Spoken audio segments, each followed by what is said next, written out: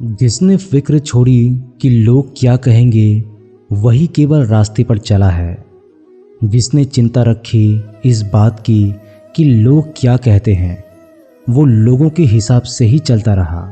कामयाब होना है तो एक बात गांठ बांध लो, पाँव भले ही फिसल जाए लेकिन जुबान कभी फिसलनी नहीं चाहिए। परिवार को मालिक बनाकर नहीं बल्कि माली बनाकर संभालो। जो ध्यान सबका रखता हो पर अधिकार किसी पर नहीं जताता हो। श्री कृष्ण कहते हैं, कोई मौका दे तो उसे धोखा मत देना और कोई धोखा दे तो उसे मौका मत देना। मिलावट का दौर है, हाँ में हाँ मिला दिया करो, इससे आपके संबंध लंबे समय तक टिकेंगे। आप कितने भी अच्छे हो, चाहे आपने कितना भी अच्छा काम कर लिया हो, पर एक बात हमेशा याद रखना, जो आपको गलत समझता है वो मरते दम तक आपको गलत ही समझेगा। भगवान इंसान की गलतियों को माफ़ करता है, चालाकियों को नहीं। जो होकर भी ना हो उसका होना कैसा। अगर रिश्ता बस नाम का हो तो फिर रोना कैसा। जितनी भी मेहनत करो कोई चीज़ हासिल नहीं होती। श्री कृष्ण कहते हैं, जो आपका है वो आपका ही रहेगा, चाहे उसे छीनने के लिए सारा संसार क्यों ना लग जाए। कभी कभी आपको बिना किसी चेतावनी के लोगों को हटाना पड़ता है। आपको उन्हें ये समझाने की ज़रूरत नहीं होती कि वो लंबे समय से आपके साथ गलत करते आ रहे हैं। जो चीज़ हमारे पास नहीं होती, या तो हम उसका मजाक उड़ाते हैं या ज़रूरत नहीं कहकर भूल जाते हैं। भीड़ से अलग दिखाई देने वाली चीज़ दुनिया के लिए विचित्र और अजीबोगरीब होती है। यहाँ कोई भी आपका सपना पूरा करने के लिए नहीं है। हर कोई अपनी तकदीर और अपनी हकीकत बनाने में लगा है। एक ज़िंदगी में बहुत सारे लोग मिलते हैं, पर बहुत सारे लोगों में किसी एक का मिलना अच्छा है। दुख आए तो दुख को भी स्वीकार कर लो, उसकी मर्जी और अहोभाव रखो, धन्य भाव रखो कि अगर उसने सुख दिया है तो ज़रूर उसका कोई राज होगा, कोई अर्थ होगा, कोई रहस्य होगा। तुम शिकायत मत करो, तुम धन्यवाद से ही भरे रहो। जिसमें भी तुम्हारी श्रद्धा है उसे जानने का विषय मत बनाओ। श्रद्धा अविभाजित मन, अविभाजित चेतना का स्वभाव है। किसी के अच्छे मित्र से उनका चरित्र साफ नहीं होता। लोग गंगा नहाते हैं, मगर याद रखना, सिर्फ गंगा नहाने से गुनाह माफ़ नहीं होता। कितने भी अपने हो, पर पिता जैसी देखभाल कोई नहीं कर सकता।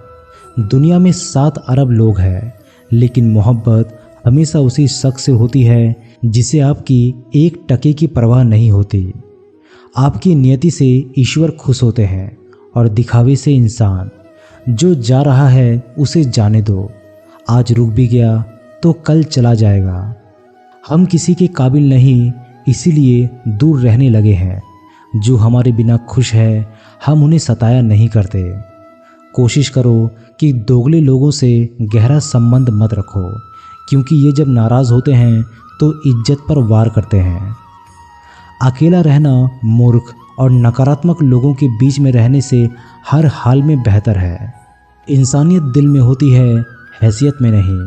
ऊपर वाला कर्म देखता है, वसीयत नहीं। अपनी अगली चाल को छिपा कर रखो। अपने लक्ष्य को चिल्ला चिल्ला कर मत बताओ। जो करना है वो खामोशी से करो, ताकि सफलता शोर मचा दे।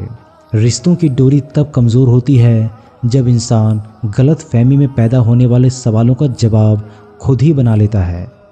अकेले में हद पार मेहनत करो, ताकि परिणाम आए तो दुनिया चौंक जाए। वो करके दिखाओ जो दुनिया कभी सोच नहीं सकती। जिस शरीर के साथ हम पैदा हुए हैं उसके जिम्मेदार हम नहीं हैं, परंतु जिस चरित्र और किरदार के साथ हम विदा होंगे उसके पूरे जिम्मेदार हम स्वयं होंगे। जब तक तुम किसी को प्रभावित करना चाहते हो तब तक तुम अहंकार से ग्रस्त हो। बाहर कुछ भी नहीं है, धूल के अतिरिक्त कभी किसी के हाथ कुछ भी नहीं लगा है। भीतर है तुम्हारा साम्राज्य और भीतर है तुम्हारा सम्राट। मगर भीतर जाने के लिए सीधा सरल हृदय हो तो ही भीतर जा सकोगे। सोचो, जब जन्म और मृत्यु दोनों ईश्वर की मर्जी से होते हैं तो इन दोनों के बीच की व्यवस्था हमारी मर्जी से कैसे हो सकती है। जीवन में जब भी हम कुछ बुरा कर रहे हैं तो हम किसी दूसरे के साथ कर रहे हैं। ये भ्रांति है आपकी, क्योंकि ये बुरा आप अपने साथ ही कर रहे हैं, क्योंकि अंतिम फल हमें ही भोगने हैं। हम जो भी बो रहे हैं उसकी फसल हमें ही काटनी है। इंच इंच का हिसाब है। इस जगत में कुछ भी बेहिसाब नहीं जाता। जीवन का उपयोग प्रेम के लिए करो, किसी सृजनात्मक कार्य के लिए करो, मित्रता के लिए करो, ध्यान के लिए करो। अपनी ऊर्जा का कुछ ऐसा उपयोग करो जो तुम्हें ऊंचाइयों पर ले जाती हो, और जितने ऊंचे पर तुम जाओगे उतनी ही ज़्यादा ऊर्जा के स्रोत तुम्हें उपलब्ध होंगे। ईश्वर की तलाश ही भ्रम है, क्योंकि ईश्वर खोजने का प्रश्न ही नहीं उठता। वो सदा ही उपस्थित है। शरीर नहीं करता, विचार करते हैं, और गंगा विचार को नहीं शरीर को धोती है। तुम्हारा खुद का मन ही तुम्हारी नहीं सुनता, और तुम निकल पड़ते हो दूसरों को नसीहत देने के लिए। आँख तो बनाई देखने के लिए, पर वो दिखता है बंद आँखों से। जब तक धर्म में पाप धोने की व्यवस्था है, लोग पाप धो धोकर पाप करते रहेंगे। इसलिए मौन हो जाओ। अंदर का सुनाई भी देगा और दिखाई भी देगा। मौन और एकांत आत्मा के सर्वश्रेष्ठ मित्र है।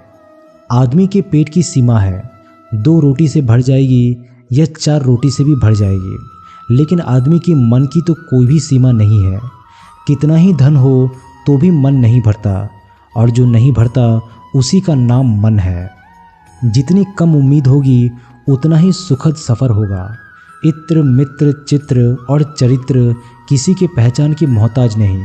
ये चारों अपना परिचय स्वयं देते हैं। जिसने फिक्र छोड़ी कि लोग क्या कहेंगे, वही केवल रास्ते पर चला है। जिसने चिंता रखी इस बात की कि लोग क्या कहेंगे, वो लोगों के हिसाब से ही चलता रहा। लोगों के हिसाब से अगर सत्य का रास्ता बनता तो सभी पहुंच गए होते। भीड़ निर्णायक नहीं है, व्यक्ति निर्णायक है। जब अकेलापन लगने लगे तो समझ लेना परमात्मा ने तुम्हें चुन लिया है। इसीलिए भीड़ से निकालकर अकेला कर दिया है, और कह रहा है सिर्फ तुम हो मेरे राह के मुसाफिर। जहाँ मैं हूँ वही है तुम्हारी मंजिल। आनंदित हो और आनंद बांटो, और जो आनंदित है वही आनंद बांट सकता है। स्मरण रखो, दुखी इंसान सिर्फ दुखी बांट सकता है। हम वही बांट सकते हैं जो हम हैं, और जो हम नहीं हैं उसे हम चाह कर भी तो नहीं बांट सकते। लोग क्या कहेंगे, लोग क्या सोचेंगे? अरे लोग हमारे बारे में क्या सोचते हैं, ये भी अगर हम सोचेंगे तो फिर वे क्या सोचेंगे? इसीलिए कहते हैं ना कि सबसे बड़ा रोग क्या कहेंगे लोग। एक बार एक फल वाला बाजार में बैठकर फल बेच रहा था। उसने अपने पीछे एक बोर्ड लगाया हुआ था, जिस पर उसने चौक से लिख रखा था कि यहाँ ताज़े फल बेचे जाते हैं। एक ग्राहक ने उससे कहा, हमें मालूम है कि तुम यहाँ पर बैठे हो, वहाँ नहीं। इस लाइन में से इस पंक्ति को मिटा दो। फल वाले ने शब्द को मिटा दिया, और अब बच गया ताज़े फल बेचे जाते हैं। एक दूसरे ग्राहक ने बोला, हम जानते हैं तुम ताज़े फल ही बेचते हो, कुछ सड़े हुए थोड़ी ना बेचोगे, इसीलिए इस वाक्य से ताजे को मिटा दो। फल वाले ने ताजे को भी मिटा दिया, और बोर्ड पर बचा केवल फल बेचे जाते हैं। तीसरा ग्राहक आया और कहने लगा कि पीछे क्या लिख रखा है, तुम ये सारे फल मुफ्त में थोड़ी ना बांट रहे हो, चलो बेचे जाते हैं, इसको भी मिटा दो। बेचारा फल वाले ने जो बचे कुछ शब्द थे वो भी मिटा दिए। अब वो बोर्ड खाली हो गया। तो चौथा व्यक्ति आया और फल वाले को बोला, पागल हो क्या, ये बोर्ड तुमने यहाँ क्यों लगा रखा है, जबकि तुमने इसके ऊपर कुछ लिखा ही नहीं है। इसलिए दोस्तों, दुनिया में एक इंसान की अपनी राय होती है, और इंसान दूसरों को सलाह देने में माहिर होता है। हम ये नहीं कह रहे कि आप किसी की सलाह ना सुने, बस ये कह रहे हैं कि उनकी राय सुनते सुनते आप अपनी राय ना भूल जाए। इसीलिए हारे हुए की सलाह सुनिए और जीते हुए का तजुर्बा, लेकिन दिमाग लगाइए खुद का। डरिए मत कि हम गलती कर बैठे तो क्या होगा, क्योंकि गलतियों से ही तो सीखोगे, गलतियों से खुद का तजुर्बा तो आएगा। हारेंगे तो सीखेंगे और जीतेंगे तो सिखाएंगे। कई बार लोग कहते हैं, मेरा तो समय खराब चल रहा है, मुझे नहीं समझ में आता कि मैं क्या करूं, कैसे अपने बुरे समय को अच्छे समय में बदलूं।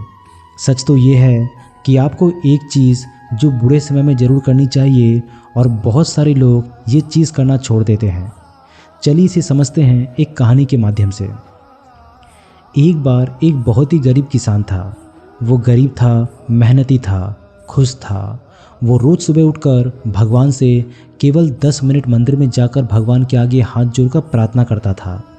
उस किसान की पत्नी हर रोज़ किसान के साथ मंदिर जाती। प्रार्थना करके वो सारा दिन अपने खेतों में काम करता। उसका जीवन बहुत अच्छा चल रहा था। अपनी मेहनत की कमाई से वो ज़्यादा तो नहीं कमा पाता, लेकिन फिर भी जितना कमाता था उससे भी कुछ पैसे लोगों की भलाई में लगा देता था। एक बार उसके गांव में एक बीमारी फैल गई। किसान का इकलौता लड़का बहुत बीमार हो गया। किसान के गांव में इस बीमारी के इलाज के लिए कोई अच्छा डॉक्टर नहीं था। पास के शहर में उस लड़के को ले जाया गया। शहर के इस अस्पताल का इलाज बहुत महंगा था। उस बेचारे किसान के लिए अस्पताल की डॉक्टर की फीस, दवाइयों का खर्चा आदि दे पाना बहुत मुश्किल था। किसान दिन प्रतिदिन हिम्मत हारता जा रहा था। एक दिन अस्पताल में बैठे बैठे वो इतना निराश हो गया कि वो जोर जोर से रोने लगा और कहने लगा, पता नहीं किस चीज़ का बदला ले रहे हैं हमसे भगवान। कभी वो खुद को कोसता तो कभी परमात्मा को। परंतु किसान की बीवी को अटूट विश्वास था परमात्मा पर। परमात्मा उनको इस मुसीबत की घड़ी में मदद करने ज़रूर आएंगे। पर किसान को आशा की किरण नज़र नहीं आ रही थी।